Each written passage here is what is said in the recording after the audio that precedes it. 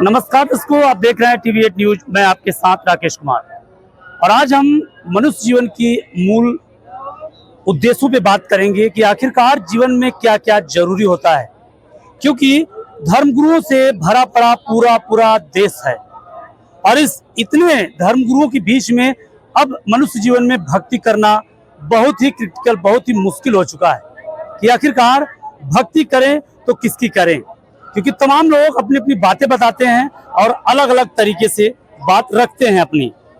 तो आखिरकार अब असंभव हो जाता है और समस्या हो जाती है और मतलब ये समझ लो कि आदमी घबरा जाता है कि भक्ति करें, क्योंकि हर कोई अपने अपने स्तर से कैसे भक्ति करते हैं। कोई कहता है व्रत कर लो, तो कोई कहता है गंगा स्नान से हो जाए मुक्ति, कोई कहता है कि तीज त्योहार मनाने से और बाल मुंडन करवाने से भी मोक्ष प्रदान हो सकता है। तमाम ऐसी सब धारणाएं और प्रश्न चिन्ह जो उठता है आपके सवालों जहन में, उन सवालों के जवाब आज यहाँ के कुछ संत जी के शिष्य हैं उनसे लेंगे और उनसे जानेंगे कि आखिरकार ये लोग कैसे भक्ति करते हैं, क्या ये भक्ति जो करते हैं वो सही है या गलत है। क्या नाम है बहन जी आपका? सर साहिब जी, मेरा नाम हेकदासी है। अच्छा, कहाँ से हैं आप? मैं गौतम बुद्ध नगर से हूँ। अच्छा, क्या भक्ति कैसे करनी चाहिए, क्या सही था और कैसे पहले भक्ति करते थे? देखिए, मैं पहले मतलब नॉर्मल जो हमारे शेरा वाली माँ है, ऐसे मतलब नॉर्मल जितने भी ये भगवान जी है उन्हीं की भक्ति करती थी और उनसे मुझे बहुत ही कम लाभ मिला है और जो मुझे लाभ मिले भी है ना, वो मेरे पिछले जन्म के कर्म थे जो कि जिनसे मुझे लाभ मिले हैं। तो वही है, मतलब कुछ लाभ नहीं मिला था, मेरे जो जितनी भी लाइफ थी वो बेकार में ही गई थी। अच्छा, संत जी की शरण में आप आई हैं, तो संत जी संत रामपाल जी महाराज कैसा ज्ञान देते हैं और कुछ प्रूफुअल ज्ञान है, मतलब अन्य लोगों की तरह ही ये भी ज्ञान देते हैं? नहीं देखा, संत रामपाल जी महाराज जी औरों से तो अच्छा ही ज्ञान देते हैं, बहुत डिफरेंट देते हैं संत रामपाल जी महाराज जी। उनके लाभ मतलब ऐसा है कि अगर आपको बुखार मतलब मरे हुए लोगों को भी वो जिंदा कर देते हैं बस अपने एक आशीर्वाद से। अभी बहुत प्रमाण भी दिए गए हैं, संत रामपाल जी महाराज जी दिखाते भी है, बताते भी है। मुझे भी बहुत प्रॉफिट मिला है गुरु जी से। उन्होंने मुझे मतलब मेरी स्टडी में बहुत ज़्यादा प्रॉब्लम होती थी, मुझे पढ़ने में दिक्कत थी, मेरी आंखों में चश्मा लगा था, उस चीज़ को भी गुरु जी ने प्रॉब्लम को हटा दिया है। तो संत रामपाल जी महाराज जी बिना दवाई दिए ही इंसान को ठीक कर देते हैं, जैसे कि मुझे किया था संत रामपाल। यानी ये भक्ति का प्रताप है, ये कह लें? हाँ जी, बिल्कुल। अच्छा, भक्ति कैसे करना चाहिए, कुछ बताएं। देखिए, संत रामपाल जी महाराज जी तो हमें होली बुक्स के अकॉर्डिंग भक्ति देते हैं और जो अदर गुरु हैं वो तो बस रटवाते हैं, जैसे कि अनुरुद्धाचार्य हो गई, जो और अदर संत हैं वो क्या करते हैं कि अलग कोई होली बुक्स ले लेंगे, उसमें से जो आसान मंत्र है जो उन्हें बोलना आता है उस मंत्र को लेंगे, रटेंगे और दूसरे को रटवाएंगे और उन्हें क्या लगेगा कि ये बन गया भगवान का मंत्र। और जो बहुत भोली जनता उनके पीछे पड़ी भी है, इस चीज को रटती है। मतलब ओम जाप से क्या होता है, कुछ नहीं होता, बल्कि होली बुक्स में भी बताया गया ओम के मतलब।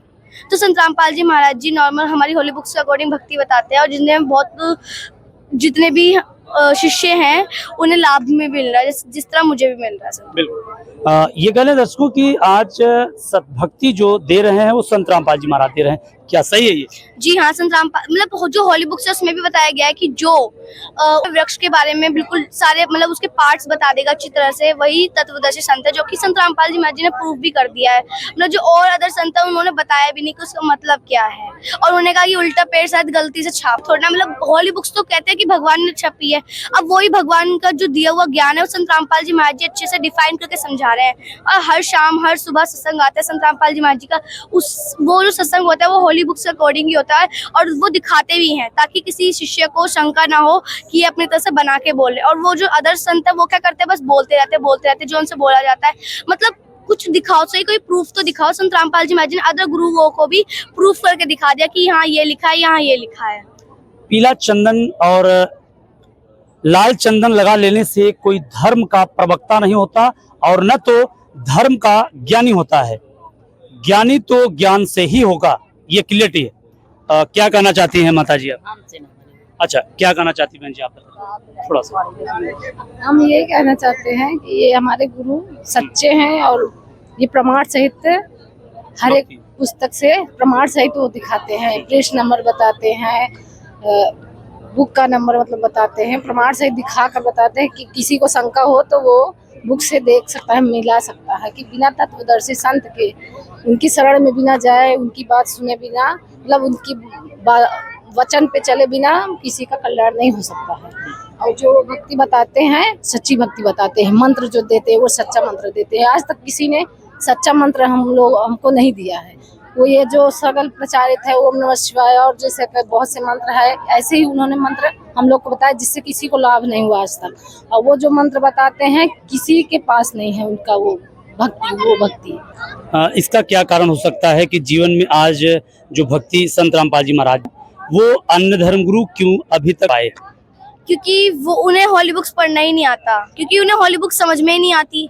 मतलब इतना संत रामपाल जी महाराज जी मतलब उसमें संस्कृत भी रहता है, साथ साथ उनका हिंदी भी वर्ड होता है और कुछ कुछ वर्ड्स अलग भी होते हैं, मतलब उन्हें समझ में ही नहीं आता है। वो बस नॉर्मली पैसा ठगना जानते हैं इंसान से, और ये सच में बोल सकती हूँ वो बिजनेस ही चला रहे हैं अपना। क्योंकि अब तक जितने भी, अब आपको प्रूफ करके दिखा सकती हूँ मैं, यहाँ पे जितने भी भक्त अब तक जुड़े हैं वो बहुत अदर संतों से जुड़े, उनसे हटके ही आए हैं, उनसे लाभ नहीं मिला जब भी वो संत रामपाल जी महाराज जी के पास आए हैं।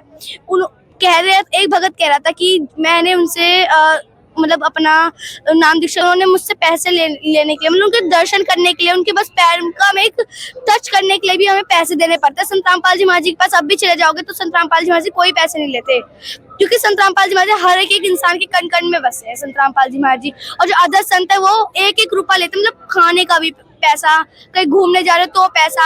अगर आप किसी एक संत के पास भी भटकना चाहते हो, चलना चाहते हो उनके साथ, उनके वो जब भी पैसा, मतलब देखने की एंट्री के लिए भी पैसा देना पड़ रहा है। तो मतलब ये इससे तो साफ ही कह सकते हैं कि बिजनेस ही चल रहा है, और अब इनके बिजनेस से ही इनका खाना पीना हो रहा है। स्पेशल लोगों के लिए भी अलग से व्यवस्थाएं रहती है, उसका अलग चार्ज होता है, सही है?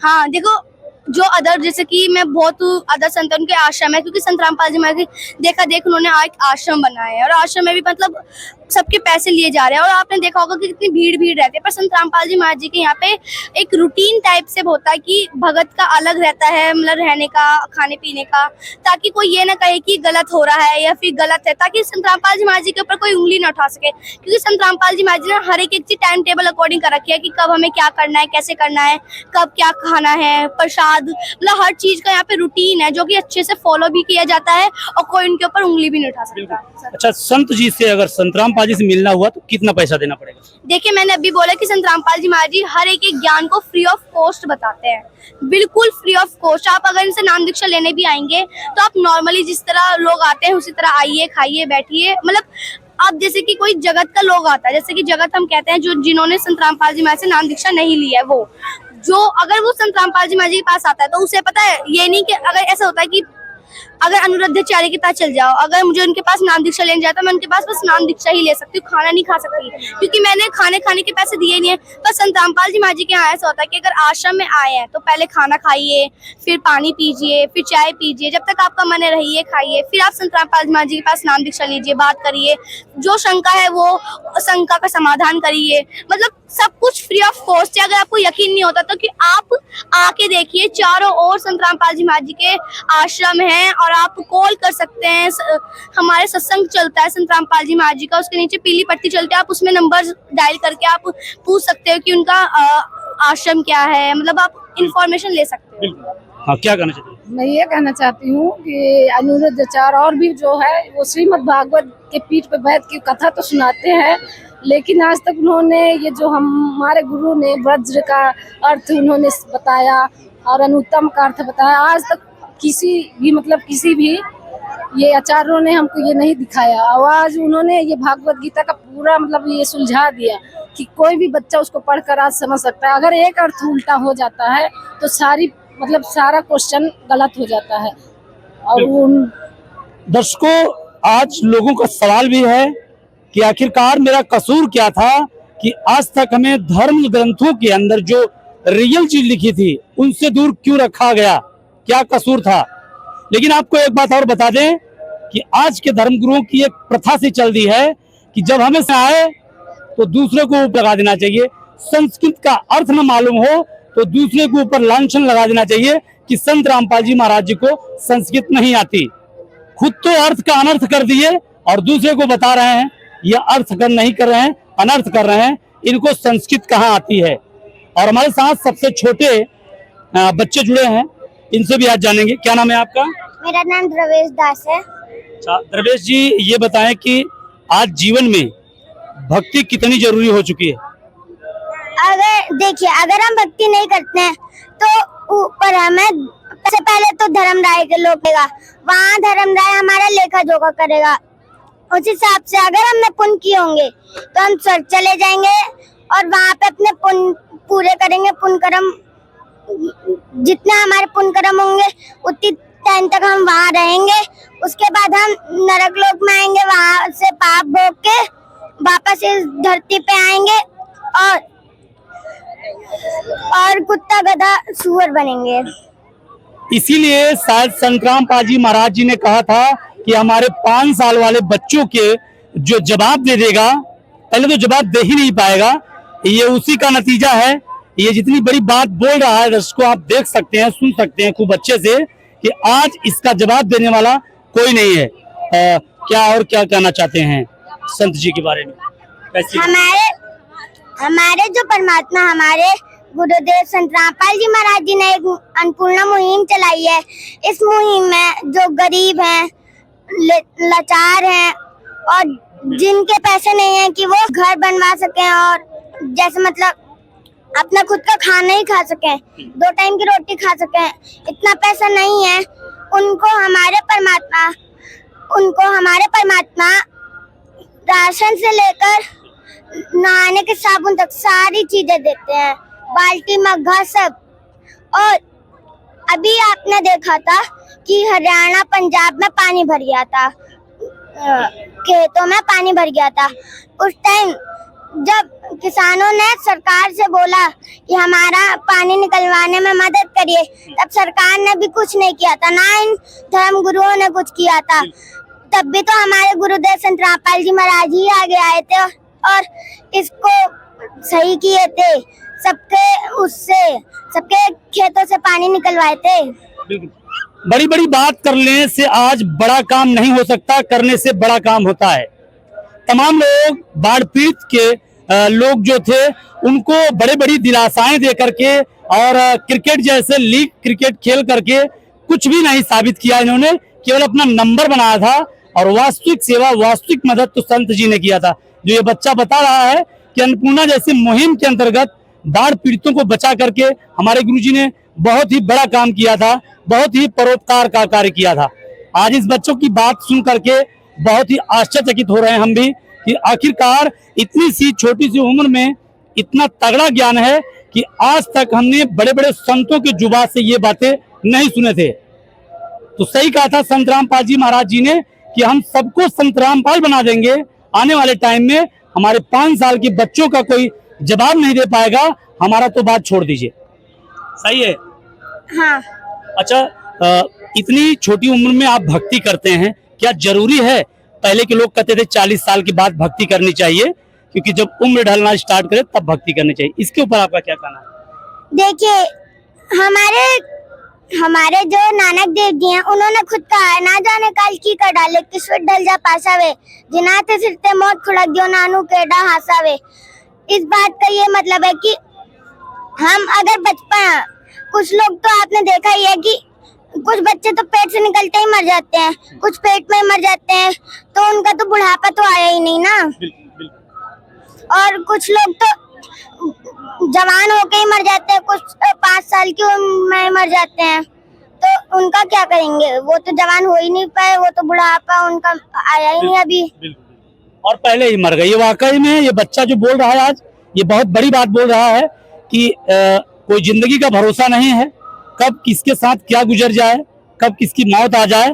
इसलिए बुढ़ापे में भक्ति नहीं, भक्ति बाल्यकाल से ही शुरू हो जानी चाहिए, क्योंकि जीवन का समय बहुत अनमोल है। श्वास ना खाली जाए, कीमत तब बनेगी आपकी। और क्या कहना चाहते हैं?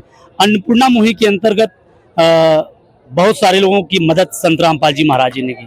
तमाम धर्मगुरु जो हैं पर्ची निकालने की बात करते हैं, उनकी पर्ची फेल हो रही है, उसके ऊपर क्या कहेंगे? क्योंकि राम मंदिर में जो है चोरी हो गई और तमाम लोग ये बताते हैं कि ये पर्ची निकाल करके हम आपके जीवन की सारी जुड़ी हुई बातें बता देंगे, आपका भविष्य बता देंगे। तो उनकी पर्ची आज फेल क्यों हो रही है? वो तो अपनी साधना लगा के करते हैं, उनकी साधना ही झूठी है, तो ये सब सही कैसे बता पाएंगे? हमारे गुरुदेव जो हैं वो बता तो सकते हैं पर वो बताते नहीं हैं। और जो हमारे यहाँ के 16 आश्रम है, वहाँ पे निःशुल्क भंडारा होता है, अखंड पाठ होता है और इन सब चीजों में 1 रुपए भी नहीं लगता आपका, 1 पैसा तक नहीं लगता आपका। और क्या कहना चाहते हैं कि जो गुरुजी ने आपके बता रहे हैं इस समय, ये और कोई बता रहा है या फिर केवल गुरुजी ही सांस खोल के बता रहे हैं? हमारे गुरुदेव ही बता रहे हैं और कोई नहीं बता रहा, बाकी सब तो कृष्ण और देवी जी की भक्ति बताते हैं। अच्छा, धीरेन्द्र शास्त्री की जो भक्ति है वो कैसी भक्ति है आपके हिसाब से? हमारे हिसाब से तो वो खराबी भक्ति है, उनकी झूठी भक्ति है। शास्त्र के अनुकूल कर रहे हैं या शास्त्र के विरुद्ध जा रहे हैं? शास्त्र के विरुद्ध जा रहे हैं वो तो। अब आज छोटे बच्चों को भी पता हो गया कि शास्त्र अनुकूल क्या होता है और शास्त्र के विरुद्ध क्या होता है, क्योंकि आज संत जी ने जिस हिसाब से ओपन करके पूरे ऑन चैनल पे बड़ी बड़ी हॉली बुक को खोल करके उसके मूल रहस्यों का पर्दाफाश करके दिखाया है कि आखिरकार इसमें लिखा क्या गया था और हमारे धर्म गुरु क्या बताते थे। आज इन छोटे छोटे बच्चों को भी पता लग गया कि कैसी भक्ति करनी चाहिए और हमारे जीवन में भक्ति का क्या महत्व है। ऐसी सब प्योर जानकारी जानने के लिए हमारे चैनल से जुड़े रहिए और बहुत सारी बातें आज हम यहाँ करेंगे और वीडियो को पूरा देखिएगा, तभी आपको समझ में आएगा कि जीवन में भक्ति कितनी जरूरी होती है और क्या बताना चाहते हैं अपने गुरुजी के बारे में, क्या बेहतर हो सकता है, क्या कर रहे हैं। हमारे परमात्मा जो है वो निःशुल्क भंडारा तो करवा ही रहे हैं, साथ में अगर आपको यहाँ पे नाम दीक्षा लेनी है तो यहाँ पे नाम दीक्षा के लिए भी है। हमारे परमात्मा, हमारे गुरुदेव संत रामपाल जी महाराज दहेज मुक्त विवाह करवाते हैं, बिन दहेज लेने वाला, और शराब छुटवाते हैं हमारे परमात्मा। अच्छा, शराब पीना चाहिए? नहीं। और जो लोग पी रहे हैं आज उनके लिए कुछ बता दीजिए जिससे कि वो भी ना पिए। हमारे परमात्मा बोलते हैं मधुरा पीवे कड़वा पानी 70 जन्म कुत्ते के जानी, मतलब अगर हम शराब पीते हैं तो हमारे 70 जन्म होंगे कुत्ते के। अब आपने सुना, ये बच्चा भी बोल रहा है कि 70 जन्म कुत्ते का होगा अगर आपने शराब पिया तो। दर्शकों, किडनी, लीवर, फेफड़ा खराब हो जाएगा, आखिरकार उस हॉस्पिटल में दम तोड़ देगा व्यक्ति, पैसे नहीं रहेंगे क्योंकि बहुत सारे प्रोसेस होते हैं, उसमें हर किसी के पास अवेलेबल नहीं होता उतना पैसा जितना पैसा उस वक्त डॉक्टर की मांग होती है। तो जीवन अनमोल है। वैसे भी आप लोग नशीली वस्तु से दूर रहें और नशीली वस्तु खाने के बाद आज छोटे बच्चे ने बताया कि वाकई में ये शास्त्रों के अंदर वर्णित है कि 70 जन्म स्वान के जानी, मदिरा पीवे कड़वा पानी 70 जन्म स्वान के जानी। कितनी अच्छी बात इन्होंने बोली है कि आज ही अगर ये छोटा बच्चा कुछ बता रहा है आपको तो उस पर आपको गहनता से विचार करना चाहिए, क्योंकि जीवन अनमोल है।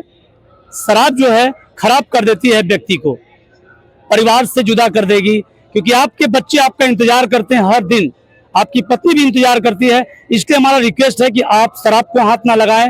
वो जितनी भी नशीली वस्तु हैं, सारी नशीली वस्तु बिल्कुल हाथ ना लगाएं, रिक्वेस्ट है आप लोगों से। और क्या बताना चाहते हैं, समाज में जो आज बुराई फैली है और जो आज शास्त्र के विरुद्ध भक्ति कर रहे हैं, वो शास्त्र के अनुकूल कैसे भक्ति कर सकते हैं? आज क्या क्या कुछ मिल सकता है उनके लिए? अगर उनको शास्त्र के अनुकूल भक्ति चाहिए तो हमारे गुरुदेव संत रामपाल जी महाराज जी से आकर नाम दीक्षा लेनी होगी और भक्ति करके अपना कल्याण करवाना पड़ेगा। द्रवेश की ये बातें सुन करके हमारी आत्मा को भी झकझोर दिया है और पूरी तरह से सोचने पे मजबूर कर दिया है कि आखिरकार ये वही संत हैं जिस संत के बारे में तमाम लोग ये बोलते थे कि संत रामपाल जी महाराज को संस्कृत नहीं आती। इन्होंने तो वो पिटारा खोला है जिस पिटारे को आज तक, जिस रहस्यों को, जिस तत्व को आज तक ये धर्मगुरु जो बड़ी बड़ी दाढ़ी रख करके, बड़े बड़े बाल रख के, बड़े बड़े चंदन लगा करके नहीं दिखा पाए, वो आज ये संत रामपाल जी महाराज जी दिखा रहे हैं, जो देखने में एकदम साधारण से दिख रहे हैं, आप देख सकते हैं। और लोग ये भी कहते हैं कि इनको संस्कृत नहीं आती। भले आदमी, जब तुम्हें संस्कृत आती थी तो ये सब पिटारा क्यों नहीं खोल पाए? इन सच्चाइयों से अब तक क्यों नहीं रूबरू कर पाए? कहां सोए थे? कौन सी दुनिया में थे? क्या आपके गुरु इन सदग्रंथों का ज्ञान नहीं मालूम था? क्या आपको बिल्कुल इस चीज के बारे में अनभिज्ञ, या आपको गुरु पद की भूख थी? क्या समझें? दर्शकों, आप लोग कमेंट में बताइएगा कि कारण था जो आज तक, आज इन धर्मगुरुओं को मिर्च सी लग रही है इस संत जी ने वो पिटारा खोल कि जिया मारा करके हर कोई आ रहा है आज, जिसके 10-10, 20-20, 50-50 हजार संत शिष्य थे, वो भी आज आ रहा है संत रामपाल जी महाराज जी के शरण में। और जब जो आ जाता है उसके पीछे 4 लोग लग जाते हैं कि ये तो आप गलत कर दिए। जीवन को बचाना है, मोक्ष पाना है और मनुष्य जीवन को बर्बाद न करना है, तो संत जी के शरण में लोग आ रहे हैं आज। और क्या कहना चाहते हैं, जो आज भी धर्मगुरु अपने जाल में फंसा के लोगों को रखे हैं, या धर्मगुरु के ही लिए क्या बताना चाहते हैं कि धर्मगुरु के शरण में जाना चाहिए या संत रामपाल जी महाराज जी के शरण में आना चाहिए? देखिए, अगर हम धर्मगुरु के शरण में जाएंगे तो वैसे ही हमें कुत्ता गधा सुअर बनना पड़ेगा, और अगर हम संत रामपाल जी महाराज जी के शरण में आएंगे तो कम से कम कुछ नहीं तो मोक्ष पाके सतलोक तो जाएंगे, वापस इस धरती पे नहीं आना पड़ेगा। ये बच्चे का जन्म, फिर बड़े होकर पढ़ाई करो, ये सब चीजें तो नहीं करनी पड़ेगी ना। यहाँ तो मरना पड़ जाता है, वहाँ तो मरना भी नहीं पड़ेगा, ऐसी के ऐसी रहेंगे। इस बच्चे को मनुष्य जीवन का मूल उद्देश्य पता हो गया है, क्योंकि इनकी बातों से लग रहा है, ये बता रहा है कि अगर यहाँ इन कार्यों को करते रहेंगे तो हमको ये सारे प्रक्रिया करनी पड़ेगी, पढ़ाई करनी पड़ेगी, बहुत सारे कार्य जो जीवन में होते हैं वो सारे करने पड़ेंगे। लेकिन अगर भक्ति, मूल भक्ति हम कर लिए, इन सारी क्रियाओं से हमारे छुटकारे मिल सकते हैं। और इस विश्व में पूर्ण संत की तलाश अगर कोई करे कि वो सच्चा गुरु मिल जाए जिसे हमें मोक्ष मिल जाए, वो कैसा होगा, कुछ उसका आप उदाहरण बता दीजिए। वो ना तो दाढ़ी मूंछ रखता होगा, और वो शास्त्रों के अनुकूल भक्ति बताता होगा, शास्त्रों के विरुद्ध नहीं। अच्छा, और क्या कुछ सदग्रंथों में भी इसका प्रमाण है कि पूर्ण संत की ये पहचान है, पूर्ण संत की वो पहचान है, कुछ ऐसा कुछ है आपको जानकारी में? हाँ, जो पूर्ण संत होता है, पहली बात तो उसमें लिखा है कि वो वेदों के अनुकूल, मतलब वेदों में जो लिखा है वही भक्ति बताएगा, और उसका ज्ञान जो होगा वो सारे के सारे गुरुओं से अलग होता है। आज इस बच्चे की बात सुन करके वाकई में आत्मा झकझोर दिया है इनकी बातों ने, कि आखिरकार इतने छोटे छोटे बच्चे, अभी इसकी महज बहुत ज्यादा उम्र नहीं होगी, लेकिन इन्होंने जिस प्रकार से ओपन होकर के सारी बातें बता रहा है, ये आपको भी झकझोर देगा। क्योंकि जीवन में अच्छी बातें बहुत कम सुनने को मिलती है। नाच नाच के बताने वाला, गा गा के बताने वाला, कॉमेडी करके बताने वाला, फिल्म की तरह दर्शाने वाला बहुत लोग मिल जाते हैं हमें आपको, लेकिन रियल और हकीकत से रूबरू करने वाला चंद ही लोग मिलते हैं। संत जी की परिभाषा क्या होती है, इसके बारे में थोड़ा बता दीजिए, क्योंकि सब लोग अपने आप को संत ही तो बताते हैं कि मैं बहुत बड़ा संत हूँ, महात्मा हूँ, गुरु हूँ, मेरी शरण में आ जाओ और मैं मोक्ष दिला दूंगा। इसकी कुछ परिभाषा बता दीजिए। पहली बात तो ये होती कि जो संत होता है वो अपने आप को संत नहीं कहता, वो अपने आप को परमात्मा का दास कहता है। और ये जो लाल वस्त्र होते हैं, इनको पहनने से, लाल वस्त्र पहनने से, दाढ़ी मूंछ बढ़ा लेने से परमात्मा के अंश नहीं होते, सत नहीं होते वो। अच्छा, वो संत नहीं। अच्छा, ये सब ज्ञान, इतना तगड़ा ज्ञान इतने छोटी उम्र में कैसे ले लेते हो यार, पहले ये बता दो। हमको ये हमारे गुरुदेव संत रामपाल जी महाराज जी ने ये ज्ञान दिया है हमें। संत जी की ये अनमोल ज्ञान इन बच्चों तक पहुंच जाता है और ये ग्रहण भी कर लेते हैं और इस पे ये खरे भी उतरते हैं, ये सबसे बड़ी बात है। और आज हम दिखा रहे थे, दरवेश उम्र कितनी होगी आपकी? मेरी उम्र 11 वर्ष है। कौन सी क्लास में पढ़ते हैं आप? मैं 5वीं क्लास में पढ़ता हूँ। 5वीं क्लास में पढ़ने वाला बच्चा, और महज 11 वर्ष की उम्र है इसकी, लेकिन इन्होंने तो सदग्रंथों का वो पिटारा खोल के दिखाया जो इनके गुरु जी ने बताया था। लगभग मैं इस बात को कॉन्फिडेंस के साथ कह सकता हूं कि अभी तक तमाम ऐसी धर्मगुरुओं की यहाँ मैं गया हूं, लगभग इतने छोटे उम्र में नहीं, बड़े लोग भी सदग्रंथों का ये हवाला नहीं दे पाते हैं। ये सही बात है। तो चलिए बने रहिए हमारे साथ में ऐसी सब खबरों को देखने के लिए। फिलहाल में TV8 न्यूज पे ऐसी सब खबरों को देखने के लिए आप चैनल को सब्सक्राइब जरूर कीजिएगा। अगर ये वीडियो आपको अच्छी लगे और जानकारी आपको लगे तो इस वीडियो को और लोगों तक शेयर करना ना भूलना। बने हमारे साथ ऐसी सब खबरों को देखने के लिए। नमस्कार।